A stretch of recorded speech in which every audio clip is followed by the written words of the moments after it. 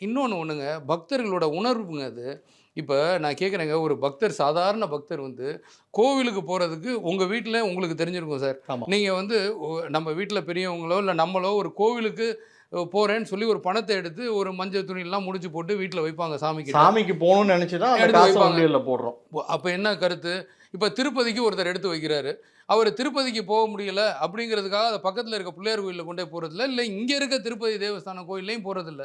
அந்த கோயிலுக்கு போய் அந்த பணத்த போடுறாரு. அதோட கருத்து என்ன?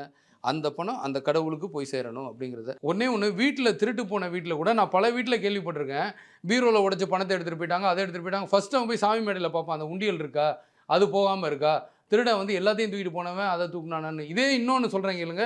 திருடனுங்களுமே வீட்ல போய் எங்க பணம் இருக்குன்னு பார்த்தா, சாமி மேடையில ஏதாவது காசு இருக்கான்னு எடுக்கணும் போவானுங்க. ஸோ, அதனால இது வந்து ரொம்ப உணர்வுபூர்வமான விஷயம். நீங்க உங்களுக்கு நெனச்ச மாரிலாம் நீங்க பண்ண முடியாது. நீங்க பக்தர்களோட மனச புண்படுத்துற மாரி இத நடந்துக்கிறாங்க இந்த அரசு வந்து. என்ன அவ பர்ப்பஸ்க்காக திருடன மாரியே யோசிக்கிறாங்க இந்த அரசுங்கிறீங்க. அதேதான், அதேதான். அப்புறம் வந்து யாருக்கு எங்க காசு இருக்குன்னு தெரியுமோ, இந்த அரசாங்கத்துக்கு, திராவிட முன்னேற்றக் கழக அரசுக்கு எங்க பணம் இருக்குன்னு தெரியும். கோவில்ல பணம் இருக்கு, உண்டியல்ல பணம் இருக்கு. எப்படி அத எடுக்கணும்? அதுக்கு ஏதாவது ஒரு ஸ்கீம போட்டு செலவு எழுதாம எப்படிங்க நீங்க காசு எடுப்பீங்க?